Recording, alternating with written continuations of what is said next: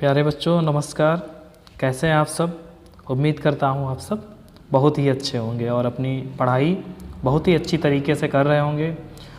जैसे जैसे आपके बोर्ड एग्ज़ाम्स पास आ रहे हैं वैसे वैसे आप लोग जो है थोड़ा धैर्य के साथ मेहनत करते रहिए और घबराइए बिल्कुल भी मत, है ना। नर्वस नहीं होना है। जो भी आप पढ़ रहे हैं उस पर फोकस रखिए और हमारे साथ बने रहिए, है ना। जो भी विषय में पढ़ाऊँगा आपको वो एकदम 100% उसमें क्लियरिटी होगी, क्योंकि जो मैंने अभी पिछला चैप्टर जो अभी पढ़ाया है केमिकल रिएक्शंस एंड इक्वेशंस, यानी कि रासायनिक अभिक्रियाएं एवं समीकरण, अगर आपने उन दोनों वीडियोस को अच्छे से देख लिया तो इसमें आपका कोई भी क्वेश्चन इस चैप्टर से मिस होने वाला नहीं है। ठीक है, आज उसी चैप्टर नंबर 1 का आज मैं NCERT सॉल्यूशंस आपके साथ लेकर आया हूँ, जिसमें मैं NCERT के जो क्वेश्चन आंसर्स हैं उनको डिस्कस करूँगा।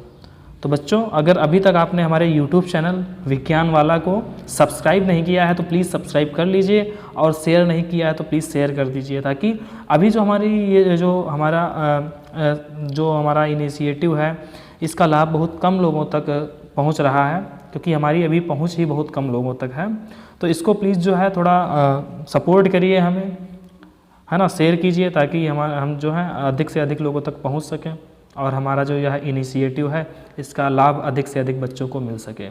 चलिए स्टार्ट करते हैं अपना चैप्टर। आपने अभी तक विज्ञान का कोई भी चैप्टर नहीं पढ़ा है तो आप सिर्फ इसको पढ़कर और विज्ञान विषय में बहुत अच्छे अंक प्राप्त कर सकते हैं बोर्ड एग्जाम्स में। ठीक है, चलिए पहला क्वेश्चन देखते हैं। Why should a magnesium ribbon be cleaned before burning in air, यानी कि वायु में जलाने से पहले मैग्नीशियम रिबन को साफ क्यों किया जाता है। तो मैग्नीशियम रिबन को साफ क्यों करते हैं जलाने से पहले, तो साफ इसलिए करते हैं क्योंकि magnesium is very reactive metal.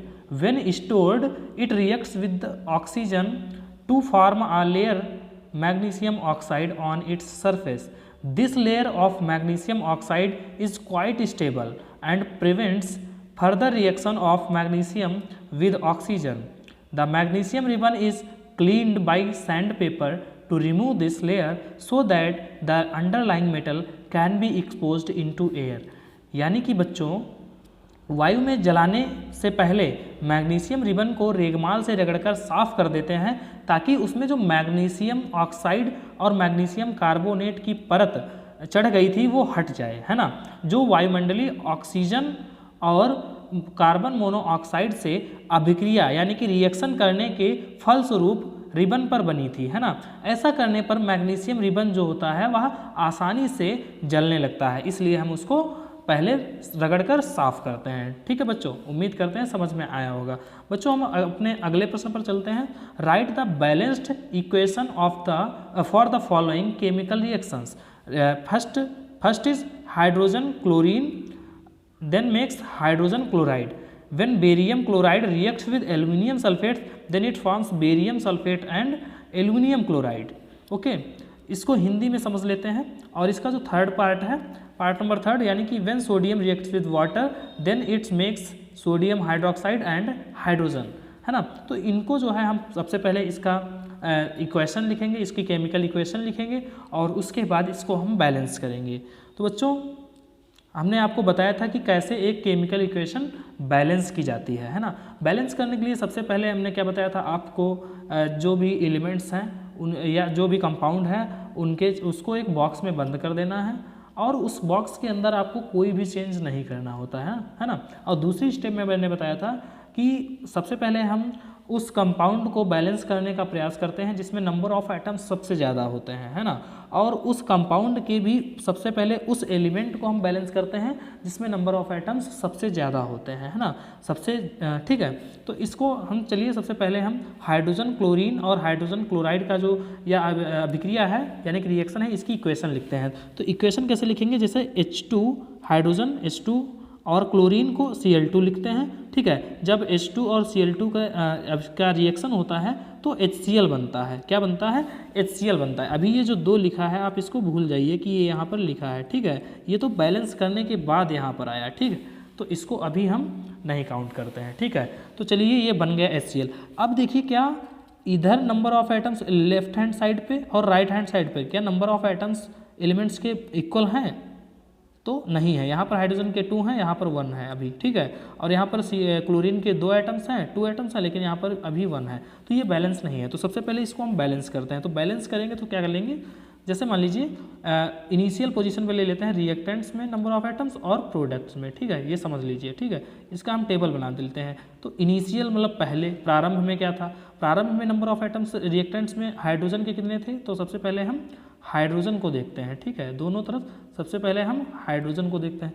तो हाइड्रोजन के रिएक्टेंट्स में कितने थे, 2 थे, और प्रोडक्ट जो है उसमें कितने हैं, 1, ठीक। तो इसलिए अब जो हम बैलेंस करेंगे इसको, तो बैलेंस करने पर क्या करेंगे, इधर 2 है और राइट हैंड साइड में 1 है, तो राइट हैंड साइड में भी 2 करना पड़ेगा। तो 2 करने के लिए क्या करेंगे, 2 से इसको मल्टीप्लाई कर देंगे, तो यहाँ भी नंबर ऑफ एटम्स कितने हो जाएंगे, 2 हो जाएंगे।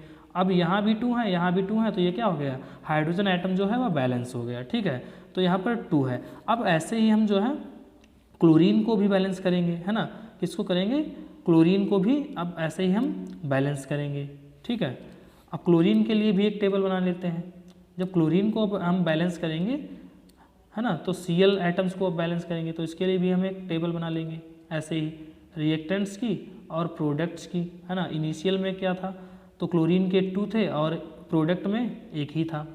जब इसको हम बैलेंस करते हैं तो क्या पाते हैं, इधर 1 है, इधर राइट हैंड साइड में 1 है और लेफ्ट हैंड साइड में 2 है। तो हम राइट हैंड साइड में भी 2 करना है, तो क्या करेंगे, 2 से इसको भी मल्टीप्लाई कर देंगे, और जब इसको मल्टीप्लाई कर देंगे तो यहाँ भी 2 हो जाएंगे, और यहाँ तो आपका 2 था ही। तो अब क्या है, यहाँ पर क्लोरीन एटम भी जो है, क्लोरीन एलिमेंट भी जो है वह बैलेंस हो गया। तो इसलिए अब देखिए 2 यहाँ भी है, 2 यहाँ भी है, तो इसको H2Cl2 ऐसे ना लिख के, है ना, इसको हम इस फॉर्म में लिखते हैं, है ना। यहाँ पर 2 जब लिखेंगे, हमने क्या कहा है कि कभी भी जो बॉक्स है उसके अंदर कोई भी चेंज नहीं करना है, हमेशा बॉक्स के बाहर ही चेंज करना है। तो देखिए अब यहाँ भी 2 है, यहाँ भी 2 है, अगर यहाँ पे हम 2 से मल्टीप्लाई करते हैं तो 2 हाइड्रोजन के भी एटम्स हो जाएंगे और 2 क्लोरीन के भी हो जाएंगे। इस प्रकार से जो हमारी यह पहली इक्वेशन है H2 + Cl2 = 2HCl, ये एक बैलेंस्ड केमिकल इक्वेशन है, ठीक है। अब दोस्तों हम दूसरी जो इक्वेशन है, यानी कि बेरियम क्लोराइड वाली, बेरियम क्लोराइड और एल्युमिनियम सल्फेट जब रिएक्ट करते हैं तो बेरियम सल्फेट और एल्युमिनियम क्लोराइड का निर्माण करते हैं। अब इसको हम पहले इक्वेशन की फॉर्म में लिख लेते हैं। अभी आप भूल जाइए कि यहाँ पर 3 लिखा हुआ है ना, ये 3 मान लीजिए नहीं लिखा है, और अभी यहाँ पर भी मान लीजिए ये 3 यहाँ भी नहीं लिखा है, और ये जो 2 है ये भी नहीं लिखा है, ठीक है। तो सबसे पहले जब हम जब रिएक्शन की इक्वेशन लिखते हैं तो बैलेंस नहीं होती है, ठीक है। पहले हम इक्वेशन लिखते हैं। तो बेरियम क्लोराइड का फॉर्मूला होता है BaCl2, ठीक है, तो इसको हम लिख लिया हमने फॉर्मूला, ठीक। उसके बाद एल्युमिनियम सल्फेट का फॉर्मूला होता है Al2SO4 का होल थ्राइस, ये भी हमने लिख लिया, ठीक है। अब जो बेरियम सल्फेट होता है उसका फॉर्मूला होता है BaSO4, ठीक है, और एल्युमिनियम क्लोराइड का फॉर्मूला होता है AlCl3, है ना, AlCl3, ठीक है, ये एल्युमिनियम क्लोराइड होता है। अब देखिए, अब हमको इसको बैलेंस करना है, तो क्या आप देखिए इधर, अब बैलेंस करने के लिए सबसे पहले वही चीज़ जो हम करते हैं, सबसे पहले जो जिसमें नंबर ऑफ एटम्स सबसे ज़्यादा होते हैं उसको बैलेंस। तो यहाँ पर हम देख पाते हैं कि Al2SO4 का होल थ्राइस, यानी कि एल्युमिनियम सल्फेट में नंबर ऑफ एटम सबसे ज़्यादा है, और उसमें भी अगर हम देखें तो ऑक्सीजन जो एलिमेंट है उसमें नंबर ऑफ एटम सबसे ज़्यादा है, यानी कि 12 है। तो सबसे पहले हम ऑक्सीजन को बैलेंस करेंगे। तो ऑक्सीजन को बैलेंस करेंगे तो इसके लिए भी हम क्या करेंगे, एक टेबल बनाएंगे, है ना, टेबल बनाएंगे। किसको हम बैलेंस कर रहे हैं, ऑक्सीजन को, ये बात आप ध्यान रखिए, शॉर्ट में मैं लिख दे रहा हूँ। और यहाँ पर रिएक्टेंट्स और प्रोडक्ट्स में ऑक्सीजन के नंबर ऑफ एटम्स को हम देखेंगे। जब बच्चों हम यहाँ पर देखते हैं ऑक्सीजन की, तो ऑक्सीजन के कितने एटम्स हैं, 4 3 जा 12, यानी कि ऑक्सीजन के रिएक्टेंट में कितने हैं, 12 एटम्स हैं, है ना। और जबकि प्रोडक्ट में कितने हैं, ये देखिए, ये रिएक्टेंट इधर का होता है और ये राइट हैंड साइड का प्रोडक्ट होता है। और प्रोडक्ट में ऑक्सीजन के कितने हैं, 4 एटम्स हैं, ओनली 4 एटम्स, ठीक है। तो ये इनिशियल स्टेज थी। अब हम जब इसको बैलेंस करते हैं तो बैलेंस करने पे हम क्या करते हैं, बैलेंस करने के लिए हम क्या करेंगे, अब इधर 12 है तो इधर भी हमको 12 ही करना है, प्रोडक्ट में भी 12 होने चाहिए। जब प्रोडक्ट में 12 कैसे होंगे, जब इसको हम 3 × 4 करेंगे तभी तो 4 3 जा 12 होगा, है ना। अब यहाँ पे 12 हो गए और यहाँ पर तो पहले से 12 थे। अब ये क्या हुआ, ऑक्सीजन जो है बैलेंस हो गया, है ना। तो हम क्या करेंगे, इसको × 3 करेंगे, तो प्रोडक्ट वाली साइड में हम × 3 करेंगे। तो इसी प्रकार से यह जो हमारा आया था ये वाला, ये 3 जो है यहाँ पर इसी तरह से यहाँ पर 3 आया था, है ना। ये जो 3 है ये बैलेंस करने के बाद ही आया था। अब हमने इधर ऑक्सीजन को बैलेंस किया, तो ऑक्सीजन को बैलेंस किया जब यहाँ पे 3 से किया तो 3 4 जा 12, यहाँ भी 12 और 3 4 जा 12, यहाँ भी 12, तो ऑक्सीजन तो हमारा बैलेंस हो गया। अब ऑक्सीजन को बैलेंस करने के बाद हम क्या करेंगे, जो इधर सल्फ़र है ना, सल्फ़र एटम, सल्फ़र एलिमेंट है, उसको बैलेंस करेंगे। तो यहाँ पर सल्फ़र जो है, यहाँ पर सल्फ़र के 3 एटम्स हैं, है ना, 3 एटम्स हैं, और यहाँ पर सल्फ़र का 1 एटम है। तो वही सेम चीज़ हम 3 से मल्टीप्लाई कर चुके हैं, तो यहाँ भी 3, इधर भी 3 एटम्स हैं, इधर भी 3 एटम, तो सल्फ़र भी बैलेंस हो गया। ठीक है, अब एल्युमिनियम जो है, इसमें एल्युमिनियम को हम बैलेंस करते हैं। तो यहाँ पहले इनिशियल स्टेज में एल्युमिनियम में रिएक्टेंट्स और प्रोडक्ट्स, वैसे ही टेबल बनाते हैं, इससे आसान रहता है थोड़ा। ठीक है, इस प्रकार से करने से। तो रिएक्टेंट्स में इनिशियल स्टेज में कितने थे, 2 हैं, और प्रोडक्ट्स में कितने हैं, 1 है ना, 1 एटम है। तो इसको जब हम बैलेंस करते हैं, तो बैलेंस करेंगे तो 2 होने चाहिए ना, तो यहाँ पर 1 है, जब इसको इंटू 2 करेंगे तभी तो 2 होंगे, तो 2 इधर भी हो जाएंगे और 2 इधर भी हो जाएंगे। तो यहाँ पर हमने प्रोडक्ट साइड में 2 से मल्टीप्लाई किया, है ना, तो यहाँ पर AlCl3 था, तो यहाँ पर इंटू 2 कर दिया, है ना, इंटू 2 कर दिया, तो यहाँ पर एल्युमिनियम के 2 इधर भी हो गए और यहाँ भी 2 हो गए। इस प्रकार से एल्युमिनियम जो है वह बैलेंस हो गया। ठीक है, अब ये जो थी कंपाउंड एल्युमिनियम सल्फेट, यह बैलेंस हो गया। ठीक है, पूरी तरह से हमने इसको बैलेंस कर लिया। अब हम इसमें एल्युमिनियम सल्फेट है वो बिल्कुल बैलेंस हो चुका है। ठीक है, अब हम बैलेंस करेंगे बेरियम क्लोराइड को, है ना, बेरियम और क्लोरीन के एटम्स को बैलेंस करेंगे। तो इसमें बच्चों बेरियम का जो प्रोडक्ट में है वो 3 एटम्स हैं। कितने हैं, 3 एटम्स हैं, है ना, जबकि यहाँ पर रिएक्टेंट्स में अभी कितना है, 1 एटम है। तो वही सेम टेबल हम बना लेते हैं इसके लिए हम सेम टेबल बना लेते हैं, इसको बना लेता हूँ। तो यहाँ पर किसका बनाएंगे, बेरियम, है ना। अब बेरियम को हम बैलेंस करेंगे, तो हाँ, रिएक्टेंट साइड बेरियम कितना है, 1 है, और प्रोडक्ट साइड बेरियम कितना है, 3 है। अब इसको जब हम बैलेंस करेंगे, तो बैलेंस करने के लिए क्या करना होता है, जितना नंबर ऑफ एटम्स दोनों साइड में बराबर होना चाहिए। तो इनिशियल में 1 है रिएक्टेंट में और प्रोडक्ट में 3 है। तो अब हमको क्या करना होगा कि ये जो रिएक्टेंट है उसमें भी 3 करना होगा। तो 1 है, तो जब इसको हम 3 इंटू 1 कर देंगे, 3 से मल्टीप्लाई कर देंगे, तो यहाँ पर भी 3 हो जाएंगे। अब जो नंबर ऑफ एटम्स बेरियम के रिएक्टेंट्स और प्रोडक्ट्स यानी कि अभिकारक और उत्पाद दोनों तरफ कितने हो गए, 3 हो गए। तो अब यहाँ पर 3 था, तो यहाँ पर भी हम क्या कर लेंगे, अब 3 लिख लेंगे, है ना। यहाँ पर भी हम अब क्या करेंगे, 3 लिख देंगे। तो यहाँ पर हमने 3 लिख लिया। ठीक है, इस प्रकार से अब 3 यहाँ पे हैं और यहाँ पर अब देखिए क्लोरीन, यहाँ पर एल्युमिनियम का हम क्या लिख चुके हैं। अब हम जो अंत में बचा, सबसे क्या बचा, क्लोरीन बचा। अब क्लोरीन को हम बैलेंस करेंगे, है ना। क्लोरीन को बैलेंस करने के लिए भी सेम चीज़ करेंगे, रिएक्टेंट्स और प्रोडक्ट साइड, है ना, इसको हम डिवाइड कर लेंगे इनिशियल और बैलेंस करने के बाद, है ना, कितना होगा। तो इनिशियल कितना है हम देख लेते हैं, यहाँ पर कितना है, अभी इनिशियल में यहाँ पे 2 एटम्स हैं क्लोरीन के, कितने हैं, 2, जबकि प्रोडक्ट साइड में क्लोरीन कितने हैं, 3 2 जा 6 हैं। अब देखिए यहाँ 6 हैं, यहाँ 2 हैं, तो जब बैलेंस करेंगे तो इसको भी हमें 6 बनाना होगा। तो जब 2 को 6 कैसे बना सकते हैं, जब इसको 3 इंटू 2 करेंगे, 3 से मल्टीप्लाई करेंगे, तो ये भी 6 हो जाएगा, और इधर तो 6 था ही। अब इस प्रकार से हमारा जो क्लोरीन था ये भी बैलेंस हो गया।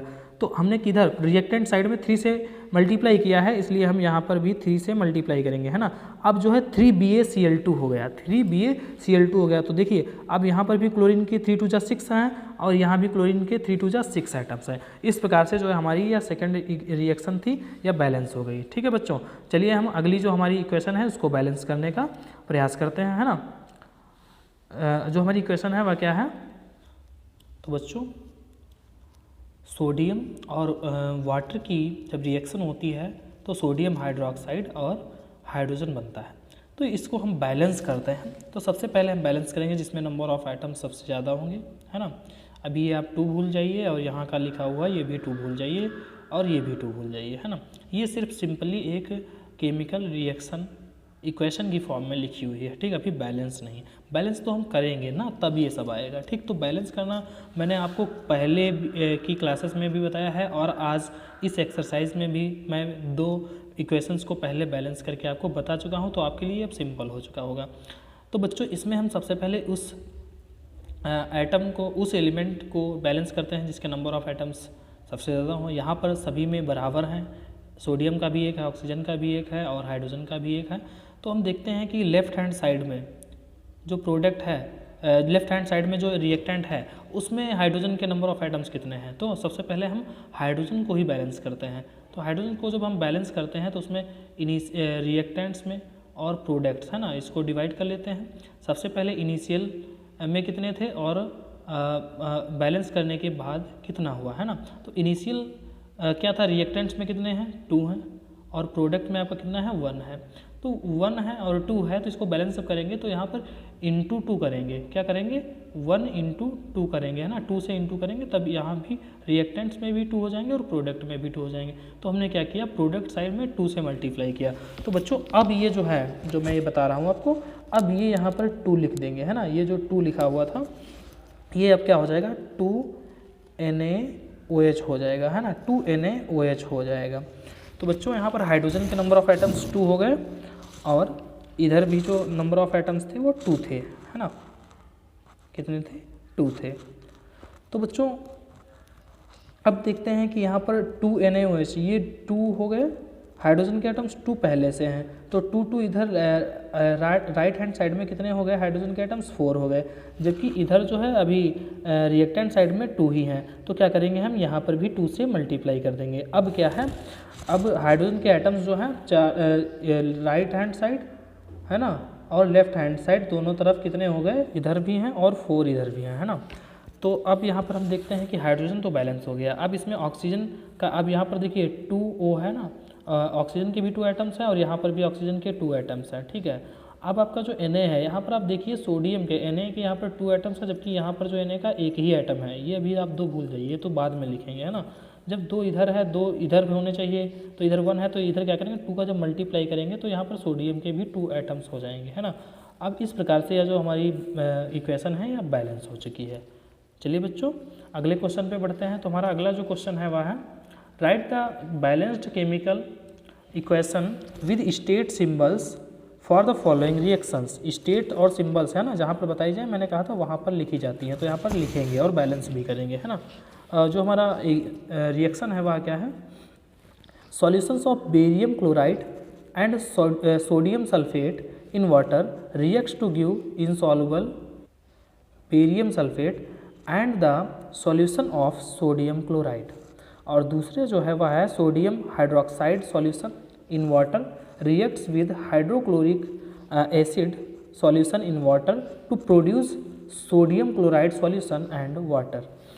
तो बच्चों मैं यहाँ पर देखूँगा कि मैं इनकी जो इक्वेशन रिएक्शन है उसकी इक्वेशन लिखूँगा, ठीक है, उनके फॉर्मूला लिखूँगा और मैंने बैलेंस करना आपको सिखाया है, ठीक है। तो हिंदी में भी इसी प्रकार से लिखा हुआ है, देख लीजिए।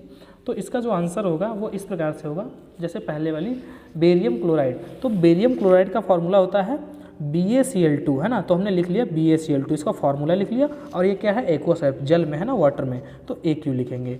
और फिर क्या लिखेंगे सोडियम सल्फेट, और सोडियम सल्फेट का फॉर्मूला क्या होता है Na2SO4, ये भी एक्वस है, लिख लिया, ठीक है।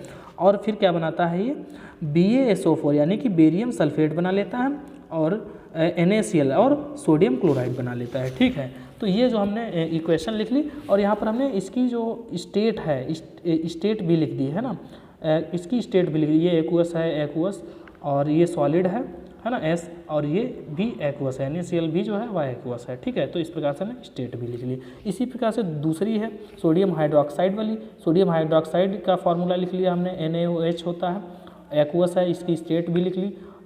हाइड्रोक्लोरिक अम्ल का फॉर्मूला जो होता है वह HCl होता है और इसकी स्टेट भी हमने लिख ली एक्वस है, ठीक है। और इसी के साथ हम सोडियम क्लोराइड का भी फॉर्मूला लिख लेते हैं NaCl। सोडियम क्लोराइड का फॉर्मूला NaCl होता है, हमने लिख लिया और ये भी एक्वस स्टेट में है।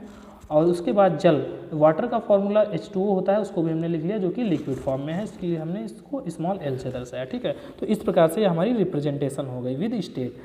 आप देखिए बैलेंस ये सब ये जो है ये बैलेंस्ड है, मैंने बैलेंस करना आपको सिखाया है, इसलिए मैं अब इसको बैलेंस यहाँ पर नहीं करूँगा, आप अपने आप खुद से कीजिए, ठीक है। चलिए अगला क्वेश्चन जो है उसको देखते हैं। A solution of substance X is used for white wash है ना। अब एक सॉल्यूशन है, एक X सबस्टांस X पदार्थ का एक सॉल्यूशन है जो कि वाइट वॉश यानी कि दीवारों को सफ़ेदी करने के लिए प्रयोग किया जाता है, दीवारों की पुताई में प्रयोग होता है। तो अब इसमें क्या है, इसमें आपको आंसर क्या देना है, आपसे क्वेश्चन क्या पूछ रहा है, name the substance x and right it's formula, मतलब एक्स जो पदार्थ है उसका नाम बताइए और उसका जो फार्मूला लिखिए, है ना। दूसरे में कह रहा है right the reaction of the substance x named in, है ना, जिसका फर्स्ट जो इक्वेशन है उसमें एक्स नेम दिया गया, उसकी जो है रिएक्शन लिखिए विद वाटर, उसकी पानी के साथ अभिक्रिया लिखिए, है ना। इस प्रकार से ही इसको हिंदी में लिखा गया है, पढ़ लीजिए, है ना। हिंदी में क्या लिखा हुआ है, किसी पदार्थ एक्स के विलयन का उपयोग सफ़ेदी करने के लिए होता है ना, किसी पदार्थ एक्स के विलयन का उपयोग सफ़ेदी करने के लिए होता है, तो पदार्थ एक्स का नाम तथा इसका सूत्र लिखिए पहले में, और दूसरे में ऊपर में लिखे पदार्थ एक्स की जल के साथ अभिक्रिया लिखिए। तो इसको हम देख लेते हैं बच्चों। The substance x is calcium oxide, यानी कि क्या है, कैल्शियम ऑक्साइड, जो सफ़ेदी करने के लिए सबस्टांस एक्स यूज हो रहा है वाइट वॉश के लिए, वो कैल्शियम ऑक्साइड है, यानी कि CaO यानी कि कैल्शियम ऑक्साइड, इसका केमिकल फार्मूला जो होता है वह CaO होता है, ठीक है। चलिए बच्चों दूसरा जो है उसको देख लेते हैं। Calcium oxide reacts vigorously with water to form calcium hydroxide, यानी कि स्लैक्ड लाइम, यानी कि बुझा हुआ चूना, ठीक है। तो इसकी इक्वेशन, इसकी रिएक्शन भी देख लेते हैं।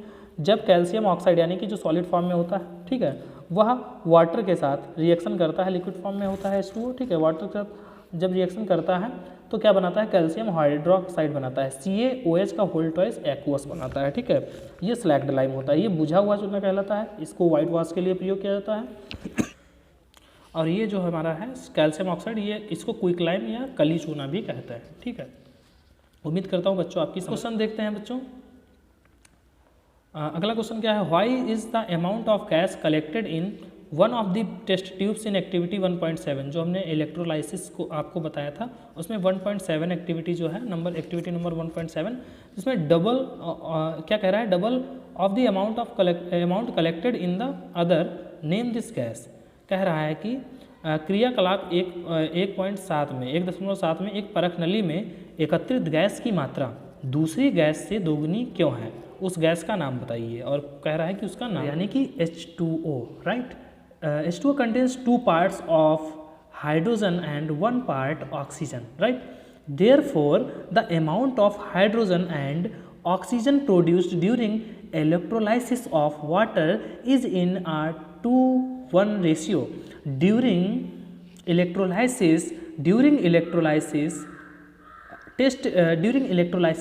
since hydrogen goes to one test tube and oxygen goes to another, the amount of gas collected in one of the test tubes is double of the amount collected in the other, ठीक है। तो बच्चों इसका मतलब यह है कि हमें ज्ञात है कि जल 2 भाग हाइड्रोजन और 1 भाग ऑक्सीजन से मिलकर बनता है, यानी कि हाइड्रोजन परमाणु और ऑक्सीजन के परमाणु का जो अनुपात होता है वह 2:1 होता है, यानी कि 2:1 होता है, ठीक है, इस संयोग से बनता है। अतः जब जल का वैद्युत अपघटन यानी कि इलेक्ट्रोलाइसिस किया जाता है तो उसमें हाइड्रोजन गैस और ऑक्सीजन गैसें उत्पन्न होती हैं, इसलिए कैथोड पर जो गैस एकत्रित होती है वह हाइड्रोजन गैस होती है और एनोड पर जो गैस एकत्रित होती है वह ऑक्सीजन गैस होती है, ठीक है। और जो हाइड्रोजन गैस जो कि कैथोड पर एकत्रित हो रही है, और जो कि जबकि ऑक्सीजन जो है वह एनोड पर एकत्रित हो रही है, तो यहाँ पर जो हाइड्रोजन गैस है उसकी मात्रा दोगुनी होगी और ऑक्सीजन की मात्रा 1 यूनिट होगी, तो हाइड्रोजन गैस की मात्रा उसकी दोगुनी होगी। या इसलिए होता है क्योंकि जल में हाइड्रोजन जो होता है वह हाइड्रोजन और ऑक्सीजन का जो अनुपात होता है वह 2:1 होता है, इसलिए ऐसा होता है। तो बच्चों हमने आपको इलेक्ट्रोलाइसिस ऑफ वाटर पढ़ाया था, जब हमने आपको एक चैप्टर एक्सप्लेन किया था उसमें आपको बहुत अच्छे से बताया है। देखिए ये एक बीकर होता है जिसमें 2 जो है रॉड लगाई जाती हैं, ठीक है, और इसको एक 6 वोल्ट की बैटरी से जोड़ दिया जाता है, ठीक है। एक को हम कैथोड कहते हैं और एक को एनोड कहते हैं, ठीक है। ये जो रॉड हैं ग्रेफाइट की रॉड होती हैं, और ये जो इसमें हम बीकर में जो वाटर भरते हैं वह जो कैथोड होती है उसकी लिमिट तक भरते हैं ताकि कैथोड जो है उसमें डूब जाए, ठीक है। और इसमें रबड़ का डॉट वगैरह लगा देते हैं, ठीक है। और अब देखते हैं कि इसमें हम 2 जो है टेस्ट ट्यूब यानी कि परख नलियाँ ऊपर से रख देते हैं। अब क्या होता है बच्चों, और ये जो मग होता है वह प्लास्टिक का होता है ना, ये जो कंटेनर होता है प्लास्टिक का होता है। अब जब टेस्ट ट्यूब रख दी तो जो ये हमारा एनोड है, एनोड पे जो गैस कलेक्ट हो रही है वो ऑक्सीजन है, ठीक है, जबकि कैथोड पे जो गैस कलेक्ट हो रही है वह क्या है, वह हाइड्रोजन है, ठीक है। इस प्रकार से ये जो इलेक्ट्रोलाइसिस ऑफ वाटर है, यानी कि इसका जो है वह क्या है, जल का वैद्युत अपघटन, इसका यह डायग्राम है, ठीक है। चलिए बच्चों अगले क्वेश्चन पे चलते हैं। अगला क्वेश्चन क्या है, why does the colour of copper sulphate solution change when an iron nail is dipped in it? Answer, इसका उत्तर दीजिए, है ना। यानी कि क्वेश्चन कह रहा है हिंदी माध्यम वाले बच्चों के लिए, जब लोहे की कील को कॉपर सल्फेट के विलयन में डुबोया जाता है तो विलयन का रंग क्यों बदल जाता है? इसका उत्तर दीजिए। तो बच्चों इसका हम आंसर बहुत ही शानदार वे में देखेंगे। When an iron nail is placed in a copper sulphate solution, यानी कि कॉपर सल्फेट सॉल्यूशन में जब आयरन की नेल डाली जाती है तब क्या होता है, iron displaces copper from copper sulphate solution forming iron sulphate which is green in colour, है ना। इसकी अभिक्रिया इस प्रकार से देखिए, है ना, जब आयरन जो है सॉलिड फॉर्म में है और कॉपर सल्फेट सॉल्यूशन में जब आयरन जो कि कॉपर सल्फेट सॉल्यूशन जो होता है उसका कलर कैसा होता है, ब्लू होता है। जब यह आयरन कॉपर सल्फेट से अभिक्रिया करता है तो जो आयरन होता है अधिक रिएक्टिव होता है कॉपर से, इसलिए ये क्या करेगा, यहाँ से कॉपर को डिस्प्लेस कर देगा, है ना, और क्या बना लेगा, और FeSO4 यानी कि आयरन सल्फेट बना लेगा। आयरन सल्फेट का कलर कैसा होता है, ग्रीन होता है, यानी कि हरा होता है, ठीक है, और कॉपर को यहाँ से डिस्प्लेस कर देगा, ठीक है। तो therefore the blue colour of copper sulphate solution fades and green colour appears, है ना। इसको बच्चों हिंदी में समझते हैं, जब लोहे की कील को, यानी कि जब लोहे की कील को नीले रंग के कॉपर सल्फेट सॉल्यूशन के विलयन में डुबोया जाता है तो विलयन का नीला रंग हल्का मलिन हो जाता है। ऐसा इसलिए होता है क्योंकि Fe यानी कि आयरन कॉपर से अधिक अभिक्रियाशील होता है, यानी कि रिएक्टिव होता है, जो कॉपर को विस्थापित कर देता है और आयरन सल्फेट तथा कॉपर धातु बनती है।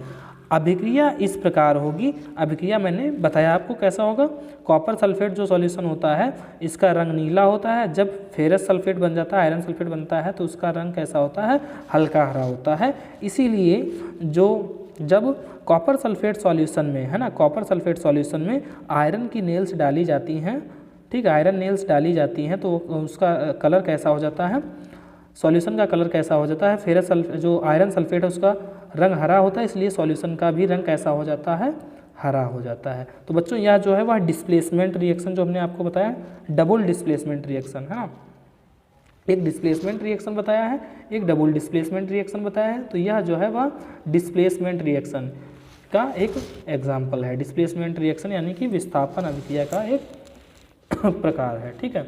चलिए बच्चों अगले क्वेश्चन को डिस्कस करते हैं। अगला क्वेश्चन नंबर 2 है, give an example of a double displacement reaction other than the one given in activity 1.10, मतलब 1.10 जो एक्टिविटी है उसमें जो दिया है उसको छोड़कर दूसरा कोई उदाहरण दीजिए डबल डिस्प्लेसमेंट रिएक्शन का, यानी कि द्विविस्थापन अभिक्रिया का, है ना। तो द्विविस्थापन अभिक्रिया का एक दूसरा जो उदाहरण हो सकता है वह है लेड नाइट्रेट, यानी कि PbNO3 टू होल टॉइस, यानी PbNO3 का होल टॉइस जब हाइड्रोक्लोरिक अम्ल यानी कि HCl के साथ अभिक्रिया करता है तो लेड क्लोराइड अम्ल यानी कि लेड क्लोराइड एसिड बनता है ना, PbCl2 एसिड बनता है और HNO3 यानी कि नाइट्रिक अम्ल बनता है ना, दो अम्लों का निर्माण होता है।